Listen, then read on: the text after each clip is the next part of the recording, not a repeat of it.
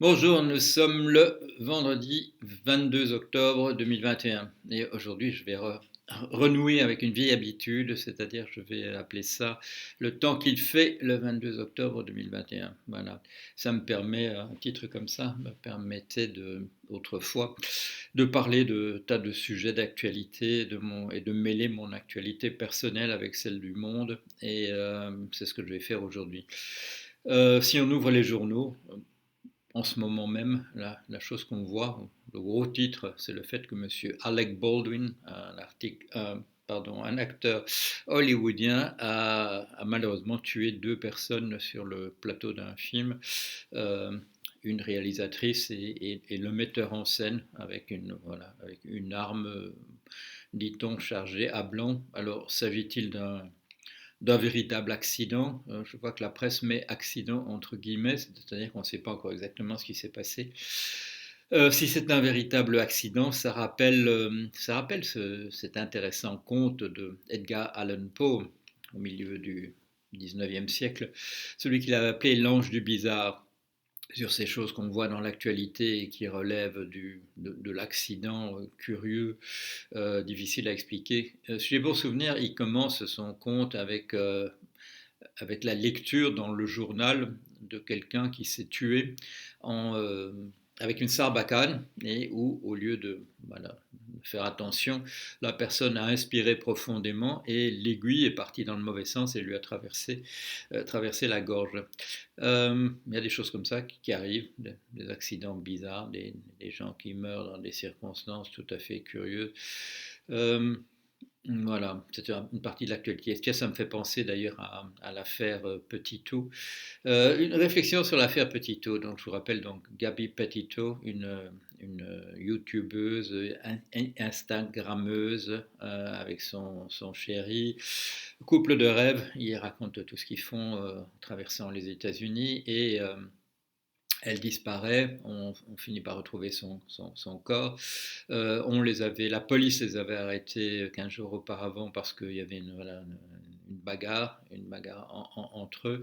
Euh, la police les interroge longuement et on a pu voir une heure et demie d'interview, d'interrogation de deux séparément par la police, grâce à maintenant ce fait que tout est filmé par une webcam. C'est pas une webcam, c'est une petite caméra qui se trouve sur la poitrine des policiers. Et on m'a reproché ça, on m'a reproché d'avoir parlé de ça. Je ne sais pas, des gens qui sont des grands défenseurs de la liberté d'expression et qui piquent vraiment une colère noire quand ils me voient parler d'un fait divers, d'abord comme si c'était mon habitude, et ensuite comme s'il s'agissait comme si j'avais tué mon père et ma mère parce que je parle d'un fait divers intéressant à mes yeux. Et j'ai déjà expliqué longuement pourquoi je considère qu'il est intéressant. Euh, on a retrouvé, hier ou avant-hier, on a retrouvé euh, des restes humains accompagnant des objets qui appartiennent à Brian Laundrie, le copain de Gabi Petito. Et j'ai rappelé sur mon blog que voilà, le 22 septembre, c'était il y a exactement un mois, j'avais mis deux hypothèses sur la disparition du jeune homme. J'ai dit, bon, on dit qu'il est parti dans une réserve naturelle infestée d'alligators, de grosses araignées venimeuses et de serpents. Première chose qui me traverse l'esprit, c'est un suicide déguisé. Et donc, il va mettre fin à ses jours de cette manière-là, ou bien il va aller se terrer quelque part. Et là, il y avait eu une indication dans ce sens-là récemment, parce qu'il y avait un monsieur qui disait l'avoir rencontré, non pas dans la réserve naturelle en Floride, où il avait dit à ses parents qu'il se rendait, mais en Virginie, si j'ai bon souvenir, à un monsieur qui avait rencontré un personnage qui lui ressemblait en tout cas très très fort et qui avait l'air dans un très très grand désarroi, qui tenait des propos un peu incohérents. Donc on ne sait pas. Mes deux hypothèses tiennent toujours. Euh, Mais voilà, bon, c'est en soi des choses comme ça, comme je ne sais pas, comme la tragédie de la Bologne, les machins comme ça, bien entendu que c'est intéressant. Et il y a quelque temps, c'était il y a 2 ans, j'étais tombé sur une chronologie extrêmement précise de la disparition de Agatha Christie, la romancière de romans policiers, quand elle avait disparu pendant 11 jours en 1926, et rien que de relire la chronologie très précise des articles de journaux qui se trouvaient là, sans grand commentaire d'ailleurs, dans un article du New York Times, ça devait être en 2019, j'avais dit, ben voilà, voilà l'explication. Mon talent de psychanalyste s'était révélé un petit peu sans doute là, en mettant un tas d'éléments ensemble. Mais pour comprendre véritablement ce qui s'était passé, il fallait connaître aussi très très bien ce milieu de la haute bourgeoisie britannique, anglaise en particulier, que j'ai eu l'occasion de fréquenter et de comprendre de l'intérieur à l'époque où j'étais d'abord étudiant et ensuite jeune professeur à Cambridge, enfin sur une période quand même de 10 ans. Et étant l'anthropologue que je suis, j'avais passé pas mal de temps à essayer de comprendre d'ailleurs comment ça marchait, comme la plupart des choses que je vois autour de moi. Ce qui me fait penser à ma transition vers la deuxième chose dont voulais vous parler. Voilà, Monsieur Bruno Graal qui vient de faire un excellent papier sur mon blog consacré à l'assassinat de Samuel Paty, m'a envoyé ce livre-là. Il m'a dit, est-ce que vous connaissez ce que Simon Leys, donc Pierre Ryckmans, a écrit dans Prosper, c'est-à-dire son aventure à la pêche au thon sur un bateau à voile étellois. Alors oui, ça devait m'intéresser puisque moi j'ai fait la pêche côtière à l'île de Watt, ce qui se trouve donc à vol d'oiseau à 25 km d'Etel. Euh, j'ai fait ça moi dans les années 73-74. J'étais curieux de savoir à quelle époque Rick Mans Leys avait fait lui son voyage avec les Étellois. Ça c'est en 58, donc c'est 15 ans auparavant, et c'est sur un des derniers bateaux qui fait la pêche à la voile, une véritable survivance, un vrai fossile vivant à l'époque où ça se fait, hein, un des derniers bateaux à faire ce type de pêche à la voile. Pourquoi est-ce que c'était particulièrement périlleux de faire la pêche à la voile au thon? C'est parce qu'il y a une question de conservation. On va relativement loin en mer et on a que de la glace pour voilà. On avait à l'époque que de la glace, des blocs de glace pour essayer de réfrigérer ça jusqu'à ce qu'on arrive. Alors, avec les bateaux à moteur, eh ben, on met toute la puissance et on revient au port. Et en général, c'est pas pourri. Mais là, combien d'histoires on m'avait raconté parmi les Étellois que j'ai encore connus, hein, qui étaient vieux, ils étaient vieux de plus de 15 ans que ceux que Laïs avait connus, qu'on avait fait une pêche miraculeuse et puis il n'y avait pas de vent, c'était létal au moment où on voulait rentrer et il y avait pas de vent, on ne pouvait pas rentrer, tout ça pourrissait dans la cale et on devait parfois même jeter tout ça à la mer, de l'ordre de 1500 gros thons. Entre 600 et 1500, jeter tout ça à la mer parce que c'était en train de pourrir, ça commençait à schlinguer comme on dit selon l'expression consacrée. Alors très intéressant, bon, Rick Mans, là il écrit ça bien, c'est bien écrit, ça là, dans Prosper, je n'ai pas encore terminé, le bouquin m'a été envoyé, reçu hier, la lettre qui accompagne est datée du 20, l'envoi. Je l'ai reçu le 21 et j'ai commencé à le lire. C'est passionnant, euh, surtout pas pour moi, je dirais, qui est connu ce milieu 15 ans plus tard et qui a encore eu l'occasion d'avoir des entretiens, de passer des soirées avec certains de ces étélots. Mais ceux que j'ai connus, ils faisaient la pêche au moteur quand même. Je n'ai pas connu ceux qui. Le seul, voilà, ça je l'ai raconté, j'ai produit un petit texte. Le seul pêcheur à la voile que j'ai connu, c'était donc Piroton de Jean-Marie Lehédé du Croisic, que j'ai connu moi en 1980, à l'époque où il avait 80-85 ans. et qui lui la pêche à la sardine à la voile, un des derniers aussi à avoir connu ça. Donc très intéressant. Je regardais un petit peu le parcours de Simon Leys, Pierre Ryckmans, et à l'instant même, pour voir si je connaissais bien tout sur son affaire. Enfin, ce que je recherchais, c'était je recherchais le nom de la personne dont on dit qu'il s'était inspiré essentiellement pour son livre Les habits neufs du président Mao. Voilà. Donc, je vous rappelle, Simon Leys, c'est un enthousiaste de la révolution chinoise. Et puis qui rapidement se désenchante à l'époque à cette époque-là, il est à Taïwan et puis à Hong Kong, j'ai bon souvenir, et il est fasciné par l'aventure maoïste, mais il devient rapidement désenchanté et écrit un livre extrêmement violent contre Mao, et dont on dit par la suite que c'est essentiellement du copier-coller d'articles d'un jésuite hongrois, et je voulais rechercher ce nom pour le dire. Il s'appelle Laszlo Lanadi, dans le jésuite hongrois. Je vois que son nom est en rouge dans Wikipédia, c'est-à-dire que quelqu'un avait espéré qu'on lui ferait une notice et puis ça n'a pas eu lieu. Et puis, très intéressant pour moi aussi, je découvre dans la notice de Simon Leys, Pierre Ryckmans, le nom des 4 personnes, il y a toute une section consacrée à ça, le nom des 4 personnes qui ont fait barrage à ce qu'il ait une carrière universitaire ou dans la recherche en France. Et en lisant ça, évidemment, j'ai un sourire intérieur.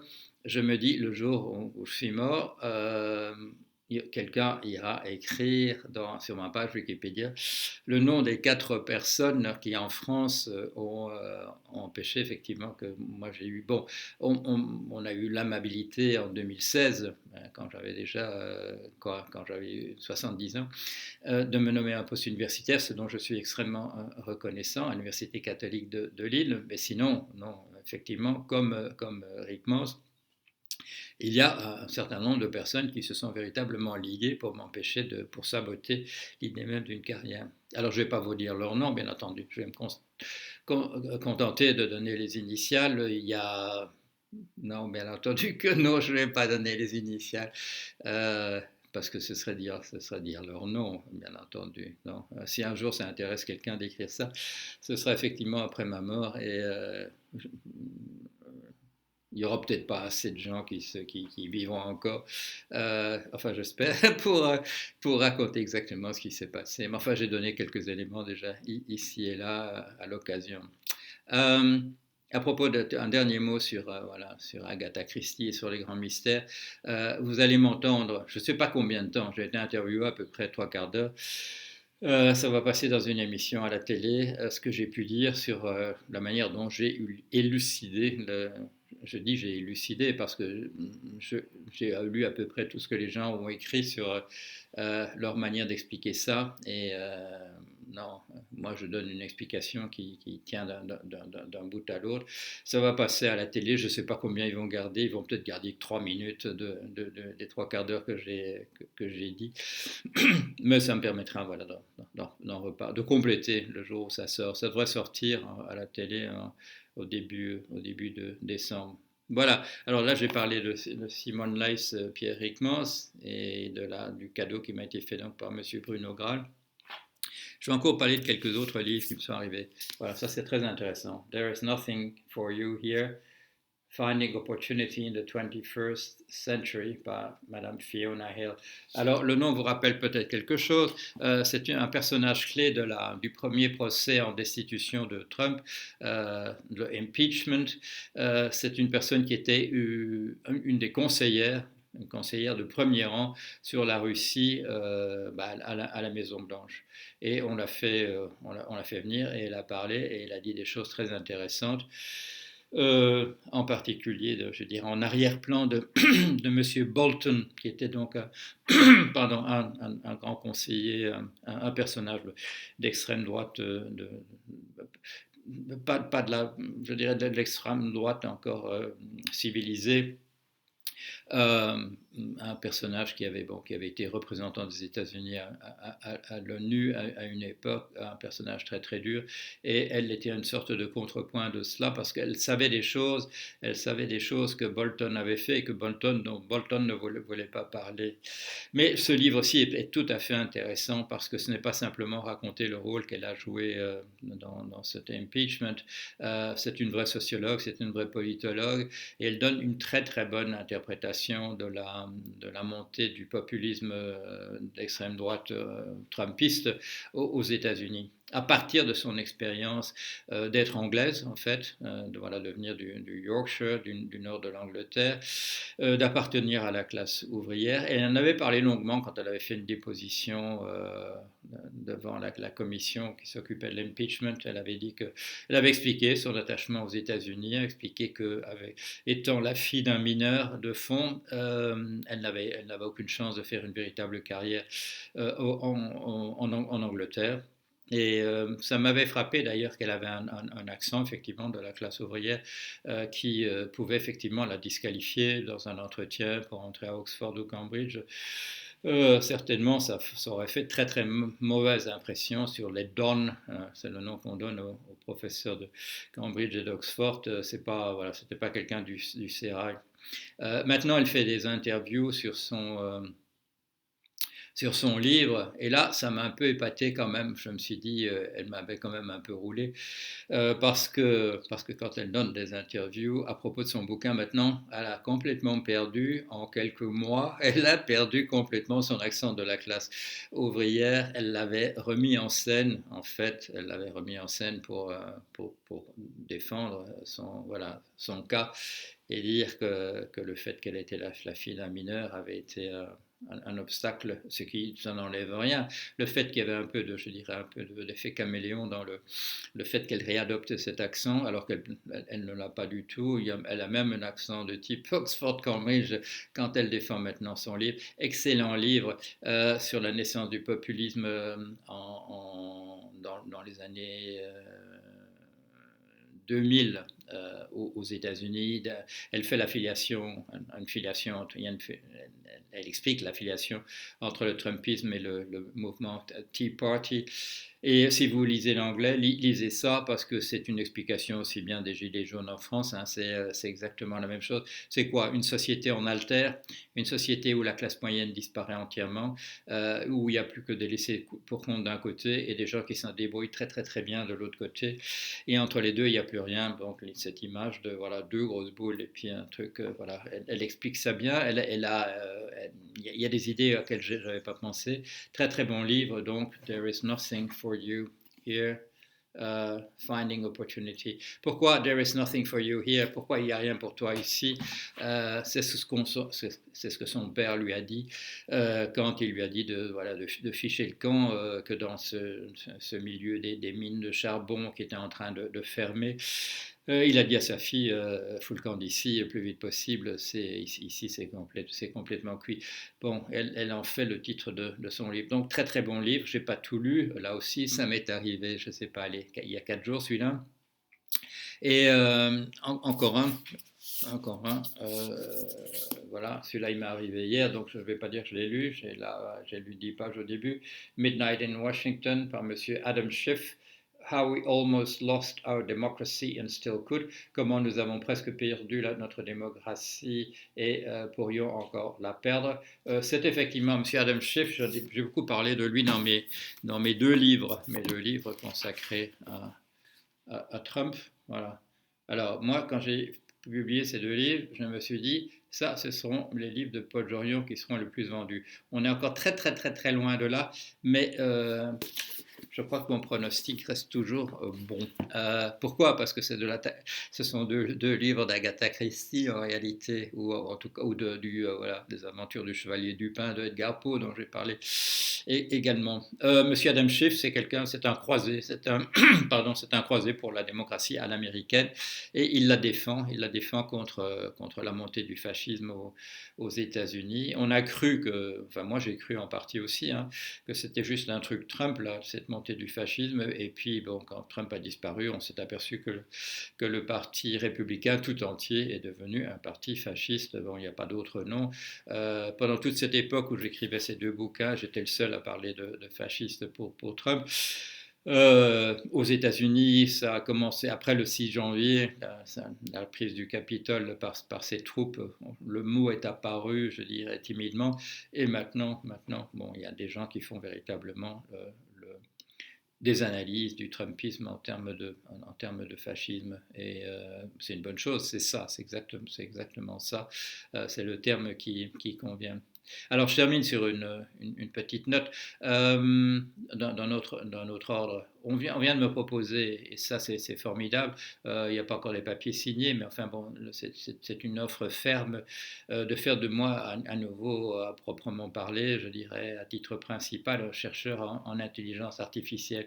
Ça, c'est une chose qui me fait très plaisir. Parmi les choses qu'on avait sabotées véritablement dans ma carrière, qui m'obligeait d'être banquier, ce qui n'était pas du tout mon caractère, mon tempérament, de pouvoir pratiquer la psychanalyse, et ça je la pratique maintenant, voilà, depuis un an j'en fais une de mes activités principales. On m'avait vraiment empêché de continuer ma carrière d'anthropologue et d'enseigner l'anthropologie, et ça l'Université catholique de Lille m'a offert l'occasion il y a 2 ans d'enseigner à nouveau l'anthropologie. Là aussi j'en suis très reconnaissant. Et là, ça n'avait rien à voir avec moi, c'était la fin de la guerre froide qui avait divisé par deux les fonds de recherche en intelligence artificielle dans les années en 1989. C'était un domaine où j'avais le sentiment que je pouvais encore apporter des choses.